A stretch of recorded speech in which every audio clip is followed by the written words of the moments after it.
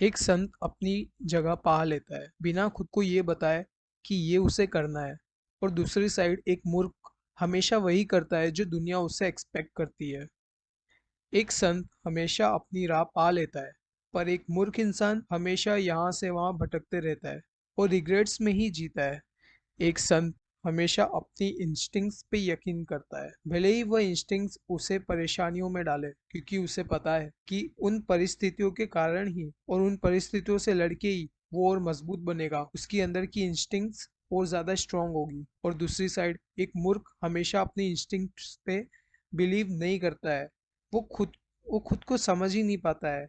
और यहीं पर ही एक मूर्ख इंसान में और एक संत में डिफरेंसेस आने स्टार्ट हो जाते हैं। एक संत हमेशा सबके साथ रह के ज्ञान लेता है, पर जजमेंट हमेशा खुद ही तय करता है। पर एक मूर्ख हमेशा खुद के जजमेंट पे शक करके दूसरों की एडवाइस मानता है। संत हमेशा नदी के बहाव में नाव का चाबुक चलाता है और वो अपनी एनर्जी भी बचा लेता है, क्योंकि जिस डायरेक्शन में नदी फ्लो हो रही है वह उसी डायरेक्शन में फ्लो हो रहा है, तो उसकी काफी एनर्जी बच रही है। पर एक मूर्ख नदी की उल्टी दिशा में नाव बहा के चलता है। संत को ये पता है कि आगे मौसम साफ नहीं रहेगा, पर उसे ये भी पता है कि उसके पास कोई और रास्ता भी नहीं है, उसे जाना ही होगा उस रास्ते से। पर उसके पास एनर्जी है जिसकी मदद से वो हर परिस्थितियों को लड़ सकता है, वो कोई ना कोई वे निकाल सकता है उस चीज से आगे निकलने के लिए।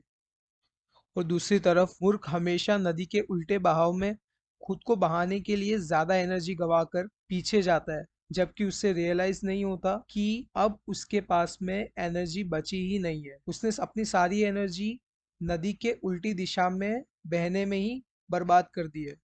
अब मेरी बात ध्यान से सुनना, क्योंकि ये पूरी कहानी का सारांश है। क्योंकि अब जबकि संत ने कभी अपने आप को पुश नहीं किया कुछ करने के लिए या कुछ भी पाने के लिए, तो अब उसने अपनी एनर्जी वेस्ट होने से बचाई। अब वो जो एनर्जी उसने बचा के रखी है उसी के कारण अब वो इररिप्लेसेबल है। और नेचर को इफिशिएंट सिस्टम ही पसंद है। हम सब ह्यूमंस नेचर के लॉ के अंदर ही चलते हैं।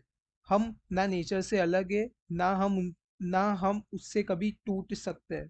तो हमेशा नेचर हमेशा इफिशिएंट सिस्टम को ही पसंद करती है। संत ने वो जगह पा ली है जहाँ वो बिलोंग करता है। अब क्योंकि मूर्ख ने हमेशा नदी के दूसरे बहाव में जाने की कोशिश की, उसने अपनी एनर्जी जो भी बची कुची थी सारी की सारी गवा दी है, तो अब वो संत के कंपैरिजन में इनएफिशिएंट हो चुका है।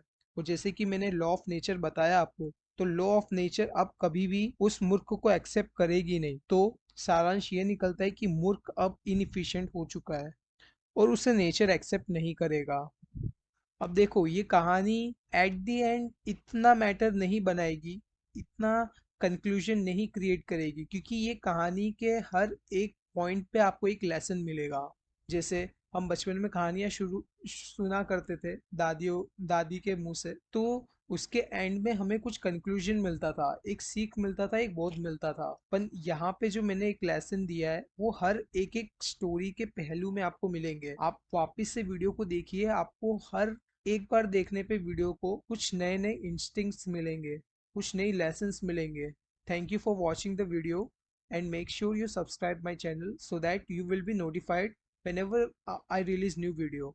Thanks for watching.